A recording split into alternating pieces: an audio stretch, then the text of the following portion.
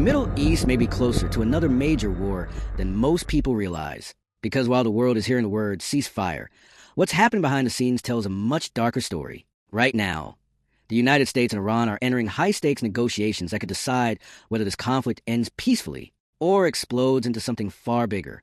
And here's the most alarming part. Even as diplomats prepare to meet, U.S. warships remain loaded, military assets are still deployed, and Trump is openly warning Iran not to test him.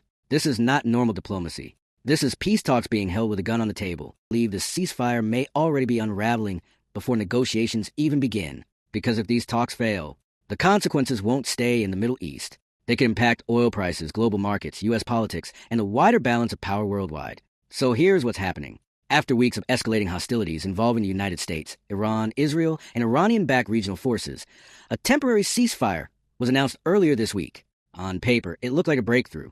But if you look closer, it may be one of the most fragile ceasefires in recent memory. Why? Because neither side trusts the other. Not even a little. Vice President J.D. Vance, who is leading the U.S. negotiating team into Pakistan for talks with Iranian officials, issued a warning before departing. Don't play us. We're looking forward to the negotiation. I think it's going to be positive. We'll, of course, see. As the President of the United States said, if the Iranians are willing to negotiate in good faith, we're certainly willing to extend the open hand. If they're going to try to play us, then they're going to find that the negotiating team is not that receptive. That mutual distrust is the first reason these talks could collapse.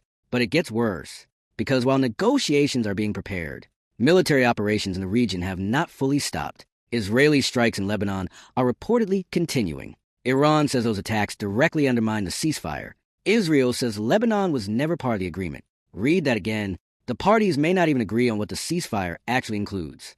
And if both sides have different definitions of the deal, how long can the deal realistically last? Probably not long. Now here's where the situation becomes even more dangerous.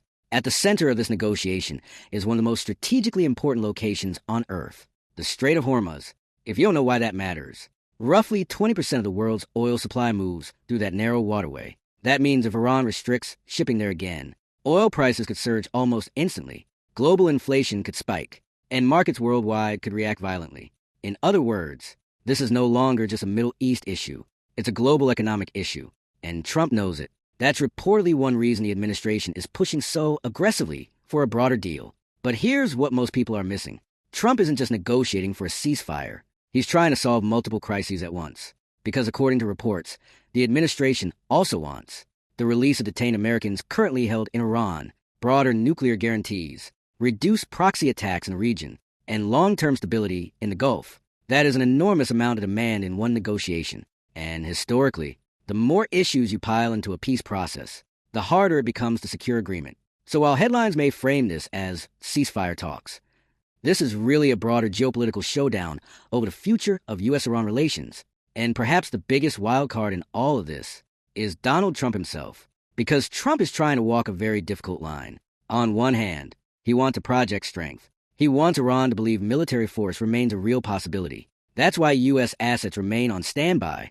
That's why public rhetoric remains aggressive. But on the other hand, Trump also knows prolonged war would create enormous political and economic costs. So his strategy appears to be simple. Threaten maximum force while pushing for maximum concessions. But here's the problem with that strategy. It only works if the other side blinks first. And Iran may not blink. Iranian officials are already framing the ceasefire as a strategic victory. Their message to domestic audiences is clear. They force the U.S. into negotiations. That means Tehran also has political pressure, because if Iranian leaders concede too much, they risk looking weak at home. So now both sides are trapped in the same dilemma. They need a deal, but neither can afford to appear to surrender.